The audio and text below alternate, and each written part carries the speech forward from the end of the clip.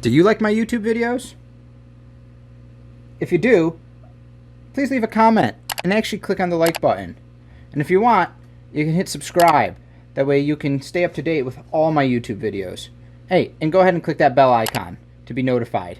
Thanks. Take care, guys. Hey, Reptile Rescue family. Welcome to day 2 of rescuing this abused Cuban rock iguana. Now, the biggest thing you can do when you rescue, like I've always said, is day 1, any type of health things you need to do. Stuck shed, overgrown nails, any type of procedure. You want to do that stuff as quick as possible because that's going to hurt any type of bond, unfortunately. But if you get all that stuff out of the way, that's before you started forming the bond. So then there's nowhere to go but up.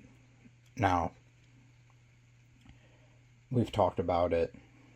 Rock iguanas are a super friendly but super intelligent species.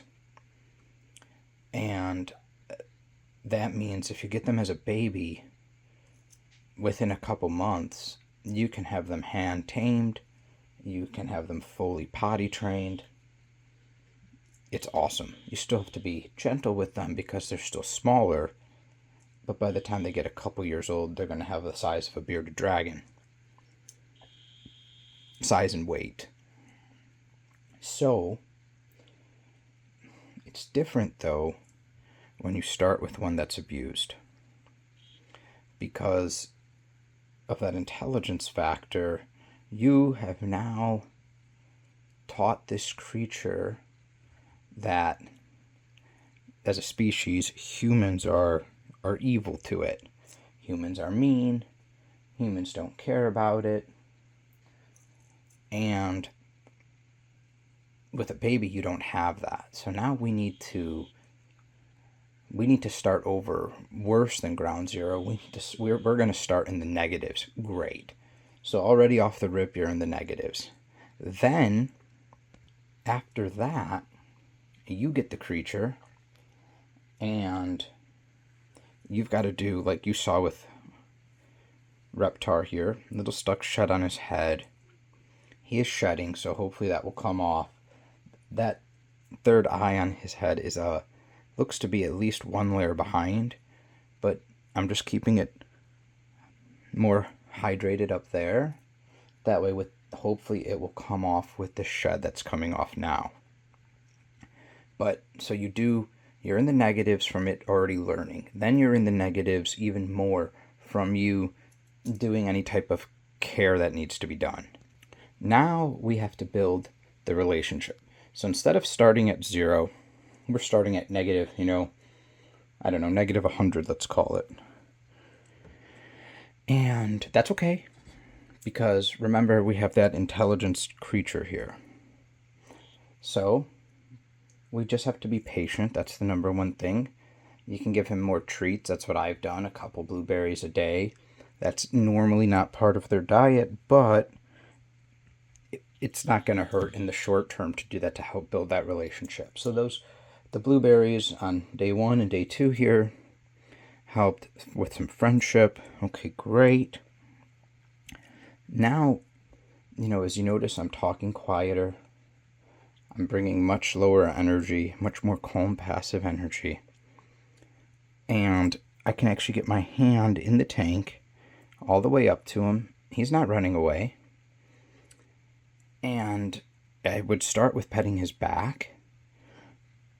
The big thing is I want to make sure that there's open area, so I know he knows he can escape if he wants to. He's really calm. And we have these under the chin petting. Now remember, for reptiles, their bottom side is vulnerable. The skin is much softer. It's much less armor plated. It's where the organs are, So this is a vulnerable area. It's the neck. Go for the throat. That's right where we're at.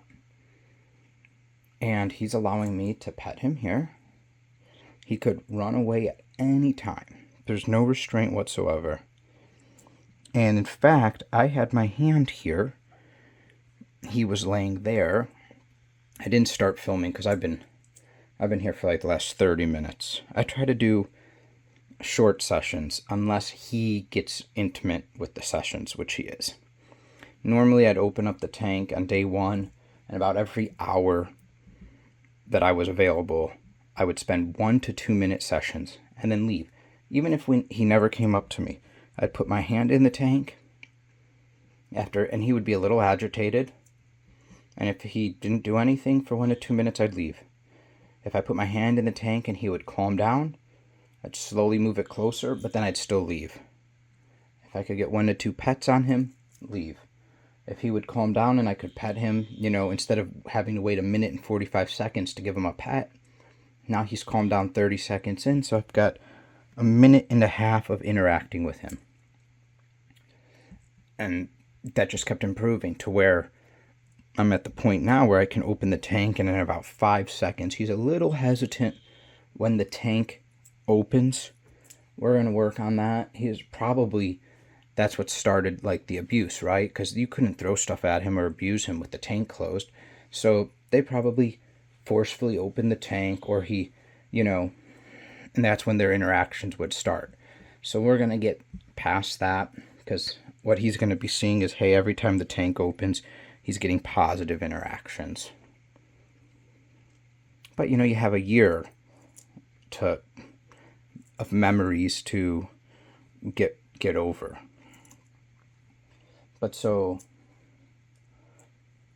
if he comes, some of the sessions, he would come up to me, put his hand on me, rub up against me, or just be calm the entire time. I would allow those sessions to go longer, like today, unfortunately, because I didn't bring a chair with me. I've been standing here the whole time, and whenever Tortellini gets pissed at me, he tries to eat my feet.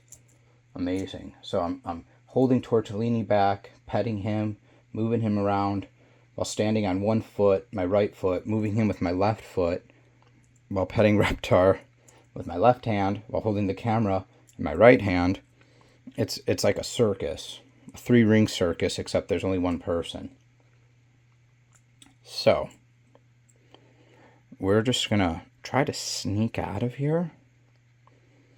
And this has been a really good interaction. Now, I could probably keep interacting positive like this for indefinitely, but there's a couple things you want to know.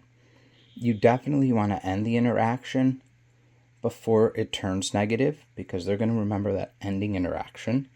And it may never turn negative. You don't know. But when building trust, you can tell how calm he is. Look at his body. He's relaxed on the heat mat. I just moved the camera closer, so he's just looking at the camera. That's why he opened his eye. It's okay. His dewlap is just hanging freely. Look at it there. His back legs are stretched out. He is not in any type of sensitivity. I'm just going to slowly stop petting him.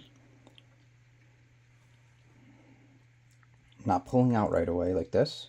You want to do everything in a purpose time. Slowly stop petting him. Then going to slowly slide my hand out.